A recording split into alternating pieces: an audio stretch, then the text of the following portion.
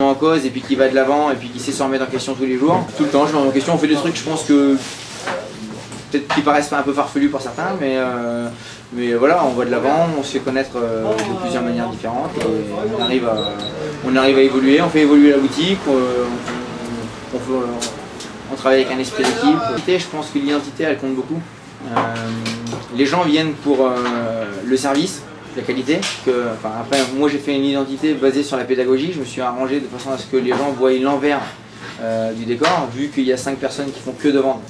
Je pense qu'il était important aussi que les gens voient un petit peu ce qui se passe derrière, donc on a créé des vidéos de préparation, on a fait des vidéos en boutique, on a fait pas mal d'événements où on a fait de la boucherie un spectacle, c'est-à-dire qu'on a des mises en scène où on a carrément désossé sur des scènes de la viande, de la musique, on a fait des soirées à thème dans des restaurants où on désosse des nuits-bêtes complètement dans le restaurant. Enfin voilà, je pense que l'identité, moi la mienne, je l'ai créée surtout en disant aux gens, voilà, ce qu'on vend ici, la charcuterie c'est un charcutier qui le fait, c'est pas notre métier.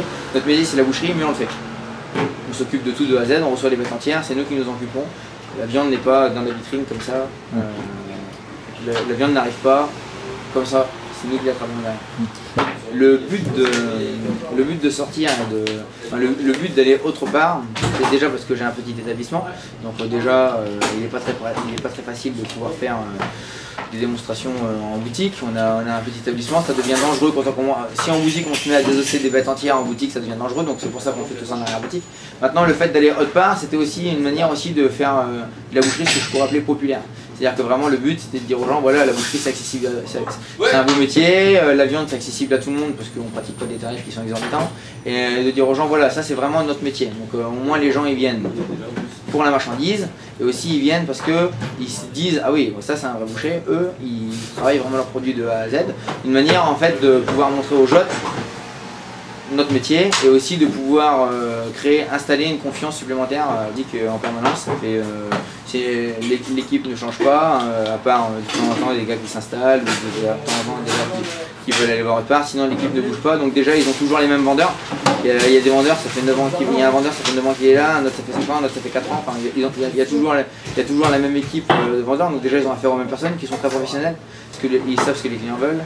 Ils les orientent toujours en ce qui concerne les temps de cuisson pour être sûr que le final soit réussi. Les gens aiment bien aussi. La clientèle de semaine et la clientèle de week-end ne sont pas vraiment la même clientèle. Les gens qui viennent le week-end, on a peut-être un peu moins d'affinité du coup pour le coup, parce que la clientèle de semaine est principalement des gens qu'on connaît vraiment très bien, qu'on voit au quotidien. Et c'est vrai qu'au-delà de les servir, il y a aussi ce côté, humain où voilà, on leur parle, on s'arrange de façon à les orienter, à leur faire des coups. En même temps, c'est une manière aussi pour nous de pouvoir leur montrer des nouveaux produits quand on a des nouveaux produits, enfin la communication en boutique en général. Moderne, déjà pour pas mal de raisons. On avait 19 ans et 21 ans, donc déjà je pense que déjà c'était pas très courant, donc déjà c'était moderne. En reprenant la boucherie moderne, ça permettait de mettre un coup de frais aussi, de mettre un coup de neuf aussi. La boucherie qu'on allait faire était moderne aussi par rapport à ce qui se faisait avant dans cette boucherie. On a apporté des spécialités, on a apporté une nouvelle méthode de travail, une nouvelle image à cette boucherie, parce qu'on a fait énormément de travaux. Moderne aussi parce que je pense qu'on a été, pas les premiers, parce qu'on n'est jamais les premiers, mais on a fait une belle communication autour de nous, et je pense que c'est quand même assez moderne. Voilà, tout ça fait qu'il me paraissait normal qu'elle s'appelle boucherie moderne. Elle aurait pu s'appeler autrement, mais il y avait déjà boucherie dynamique et il y avait déjà boucherie nouvelle, donc il fallait bien que je trouve autre chose.